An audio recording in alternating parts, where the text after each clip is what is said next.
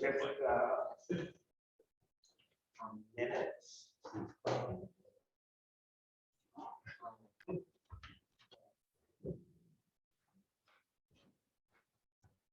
It is Monday, September 19th, and I'd like to call the village board meeting to order. And we will, and at 6:30 p.m., we will do roll call.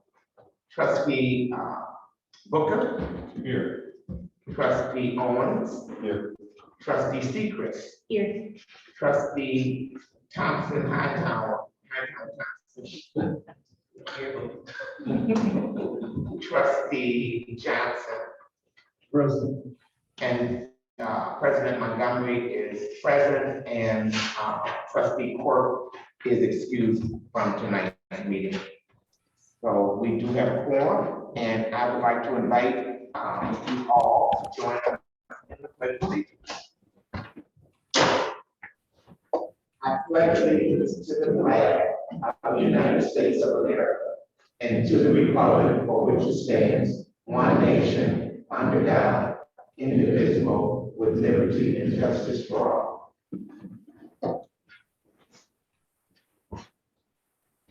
And before we get started, just a reminder to turn off your cell phones or put them on silent.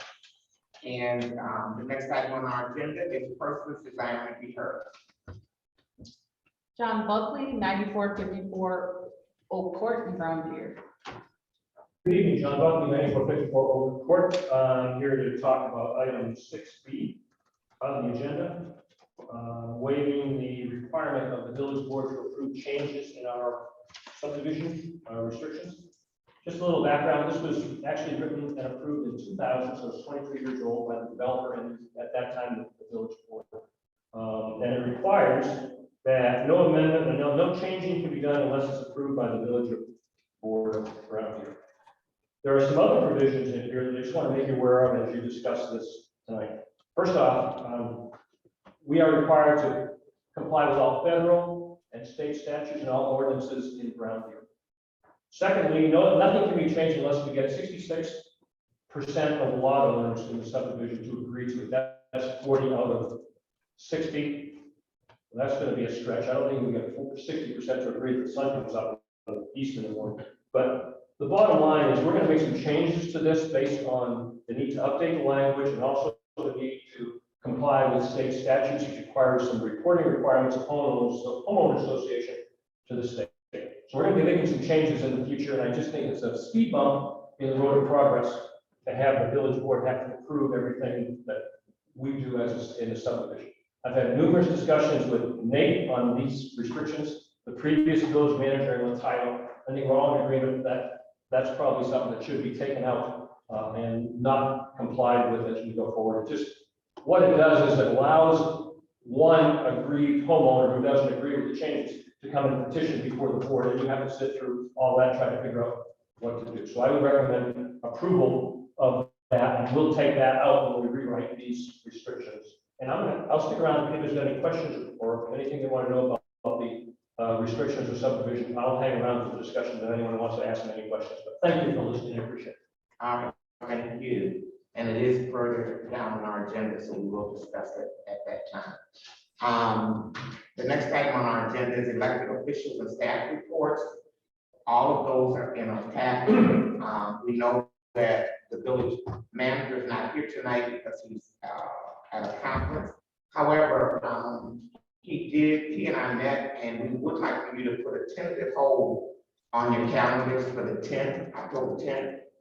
It's not our normally scheduled meeting, but based on some of the items we have coming up in the very near future, we might need to call a special meeting for that night. So just so that you're aware, and we will know probably by the first meeting in October if we'll need that. So I just wanted to make you aware of it. Are there any questions on any of the reports in or his report that was in the packet? If not, we will move forward. The next item is item number 5, consent agenda, consideration of minutes from our August 15th, 2022 meeting and accept the April through September 2022 vouchers. Are there any questions? If not, can we entertain a motion to approve the consent agenda? Trustee Owens, then trustee Thompson. Okay, trustee Owens. I just had some questions. In regards to the vouchers. And not sure, I understand what you're doing and everything like that, but in looking at some of them, I noticed that there were a lot of payments made out of miscellaneous cash, and there was really no explanation. Most of those are for the farmer's market. Farmers market. So we're the fiscal agent for the farmer's market. Over by the marketplace.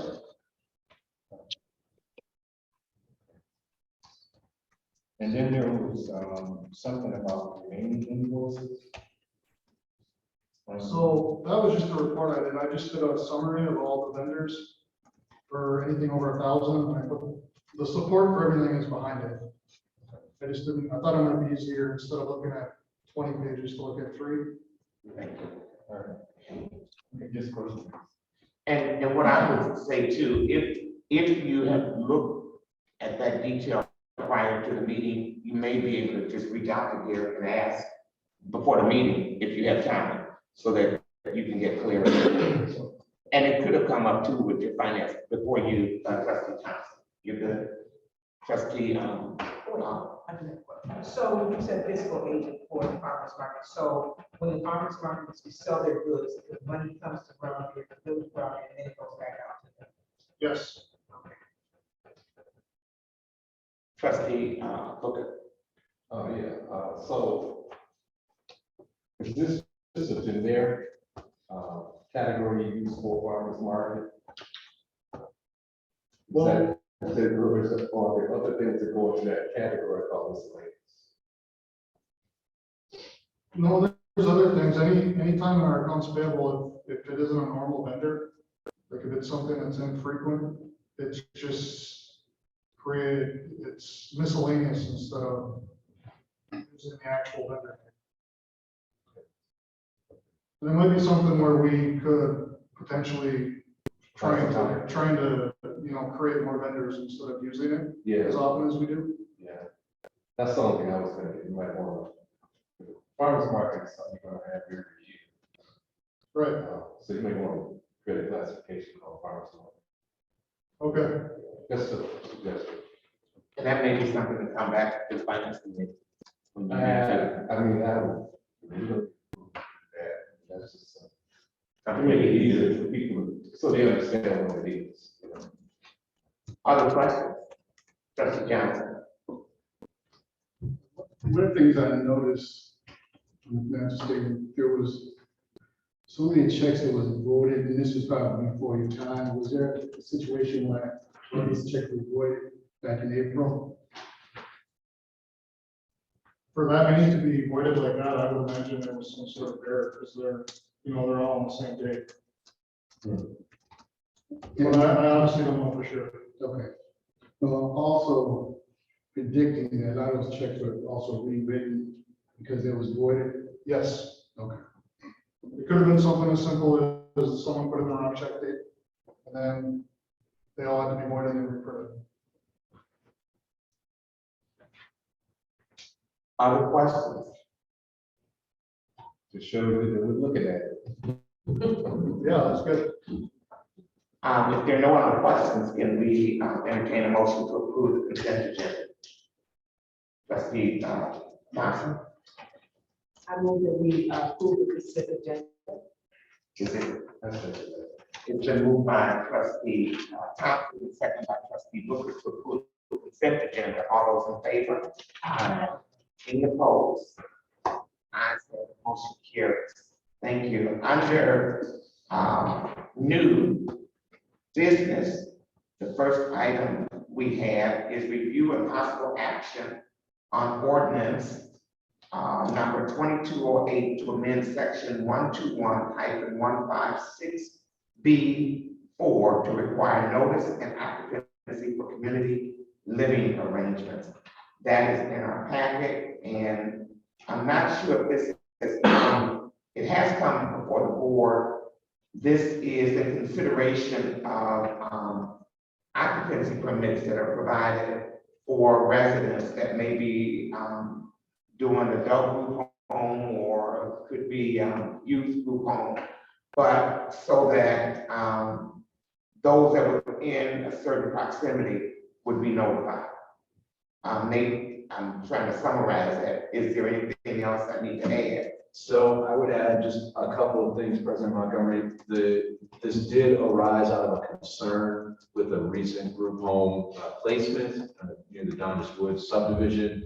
The residents asked what else could be done about raising community awareness of these group homes, the placements, and whether or not they could be restricted. Now, it should be noted that these group homes are regulated by state statute. And so there is not a restriction that the village can place when it is 8 persons or less in any type of group home. They're allowed in any residential district.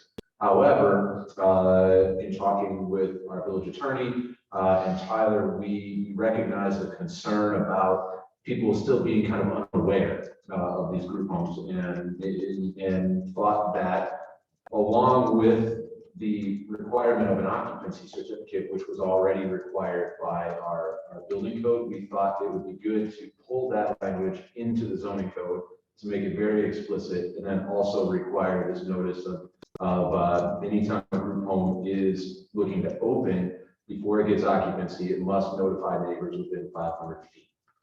And so that is how the language is drafted in our code. Keep in mind, the last bit I'll add is that this is, the way that it's written is for single-family residential districts only. It does not include our multifamily residential districts, where conditional, or I should say, community living arrangements are permitted uses as well. If it is the board's pleasure to have that added, we would simply request that you amend your motion to state that you would want the multifamily districts also to have this language incorporated. Business districts or planned development districts do not have community living arrangements as permitted uses. They're either conditional or require development agreements. So there would always be a review process in those neighborhoods. But in single family and multifamily residence zoned areas, they are permitted by right. Right now, our code change would say, if in a single family district, you will also have to get occupancy and serve notice. So that's what you have in the ordinance here before you this evening. Thank you. Are there questions? Trustee Johnson. Related to the 500 feet, is that standard, or is that to be expanded more than 500 feet? So it really is a common practice for zoning notification in our code and in other communities, that 500 feet for, say, a conditional use permit, a special exception, a variance, that's kind of common. I would tell you that I think it's a reasonable distance. As you start to go further, you start to perhaps get very large mailing lists, and it gets a bit cumbersome to manage. But I have seen up to 1,000, and I've seen as small as 250. It just kind of is at the discretion of the municipality and of the board. But we thought 500 was reasonable and is in keeping with kind of our other notice standards. Other questions?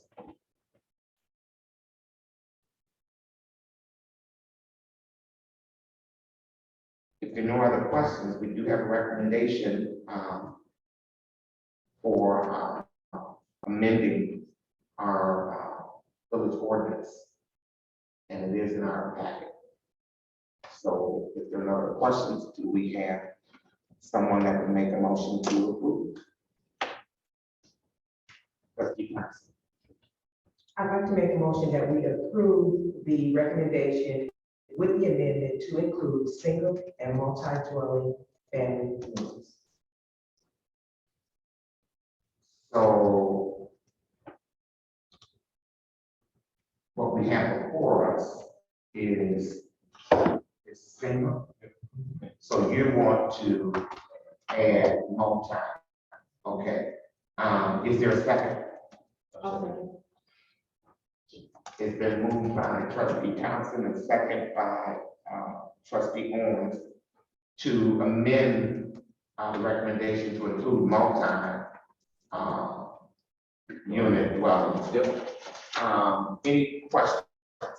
And I'm gonna, just before we call for the question, attorney, is there any issue with that? There are no conflicts. I've actually I've spoken with Nate about this previously, and I've discussed that there are no issues with adding the multifamily division to this recommendation. All right, well, with that being said, all those in favor?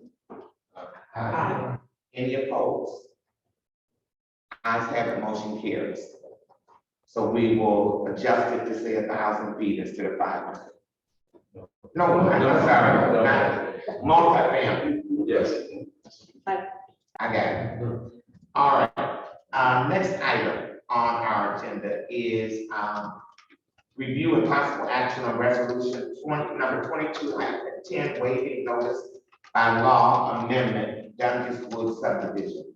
This is also in your packet, and we've also heard from one of the residents that is residing in that subdivision as it relates to making that adjustment.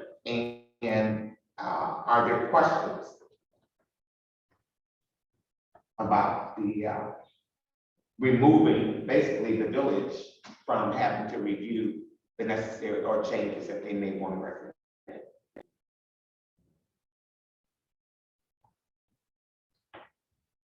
If there are no changes, the proposal, let me see here, is to, and this is in the form of a resolution, so I will read what the resolution says, because then when we do take a motion and a second, the vote will have to be roll call. So a resolution waiving notice of by law amendment Dundas Wood subdivision, resolution 22.10. Whereas the plat agreement for the Dundas Wood subdivision duly recorded with the Register of Deeds as document number 7959588 on September 12, 2000, contain the following provision. In any event, any amendments are made in the declaration of restrictions of Dundas Woods Homeowners Association. Each amendment must first be submitted to and approved by the Brown Board. Whereas the village further declines any review authority contained in the declaration of restrictions for Dundas Woods duly recorded with the Register of Deeds as document number 7959590 on September 12, 2000. Whereas the village of Brown Deer is not a member of the Homeowners Association and is not a reviewing authority as to its internal operation or matters generally covered by Homeowners Association bylaws. Now, therefore, be it resolved that the village of Brown Deer waives any notice and declines to act as an approving authority, and be it further resolved that the village manager provide a copy of this resolution to the Dundas Woods Association, Homeowners Association, as notice that the village of Brown Deer by its village board declares to act as a declines to act as a review or approval body as to the internal bylaws or structure of the association, passed and adopted by the village board of the village of Brown Deer this 19th day of September 2022. That is the resolution. Is there a motion? Trustee Johnson. I have a question before we move on to motion. Is this the only outstanding one related to condo association that we may run into? Is there any others up there? There might be one other, Deerbrook Estates, although I am not certain. We have generally removed the others, Meadowside being the last one. And there was another subdivision that we also did that to. over the last 10 years that I recall. So there may be one more. I can look into that following this meeting, and if it is of interest to the board, we can bring that back to also bring that forward and consult with the Deerbrook Estates subdivision. Because I think they would each one have to be done separately anyway. wouldn't it? Yes. Any other questions? If not, we need a motion to approve this resolution. I'll make the motion. It's been moved by trustee Johnson. Is there a second? I'll second the motion. It's been seconded by trustee Thompson. We will do a roll call vote. Trustee Booker. Aye. Trustee Sechrist. Aye. Trustee Owens. Aye. Trustee Thompson. Aye. Trustee Johnson. Aye. President Montgomery, aye. This has been approved. Unanimous. The next item on our agenda is item number C. Consider approving information technology services agreement with the Village of Bayside. In our packet, and our village manager has taken some time over the last, since he's been here, looking at the service we had, and how we could better be served, as well as the cost we were paying and the number of hours that we were getting service for. And so if you look in the packet, he actually got bids from 5 different companies, including the one that we were with. Basically, the recommendation is to move to authorize the village manager to enter into a service agreement with the Village of Bayside to perform information technology services from October 1 of this year through December 31st of 2025, not to exceed $18,525 in 2022, $74,100 in 2023, $79,000 in 2024, and $82,900 in 2025. If you look in the explanation, he kind of spells out what we've been paying and some of the challenges. So I don't know if there are questions. Trustee Owens. I agree with who we chose, and I just had a couple of questions about the agreement. Usually when you have an agreement, you have some type of, like termination or out clause. I didn't see that in there. And then I wanted to know, with Bayside providing us with this service, does that include, helping us out with the iPads and things like that? I don't know about the rest of you guys, but I had some issues with time. They will provide technical assistance, yes. All right, then I'm. All right, trustee. Yeah, the only question I have is, how are these amounts determined for 23, 24, and 25? Is this an inflationary accelerator, or what is, why are the amounts different? Well, I know they're different this year because of it's a short term, but I think moving forward, it's a graduated process. It was negotiated between Tyler and the village manager, basically. Yeah, based on what cost, I would assume. These are some certain amounts, I mean, these are Right. not to exceed, Right. Yeah. And I think that's not what we had, what we just, we're not working. No. Right, we have been consistently going through our IT. Right, yeah. Other questions? If not, we do need a motion to approve this agreement. Trustee Thompson. I move to authorize the village manager to enter into a service agreement with the Village of Bayside to perform information technology services from October 1st, 2022 through December 31st, 2025, not to exceed $18,525 in 2022, $74,100 in 2023, $79,000 in 2024, and $82,900 in 2025. Is there a second? I'll second. It's been moved by trustee Thompson and seconded by trustee Secret to approve the recommendation that is listed in our packet to move forward with an agreement with the Village of Bayside for information technology services. All those in favor? Aye. Any opposed? Ayes have it, motion carries. Thank you. The next item on our agenda is review and possible action on resolution 22-11, a resolution in recognition of Kurt Wisniewski and Gail Sumi. And these are two individuals who have worked for the League of Municipalities for, let's see if I have that resolution in my information. Print it out, sit my back here.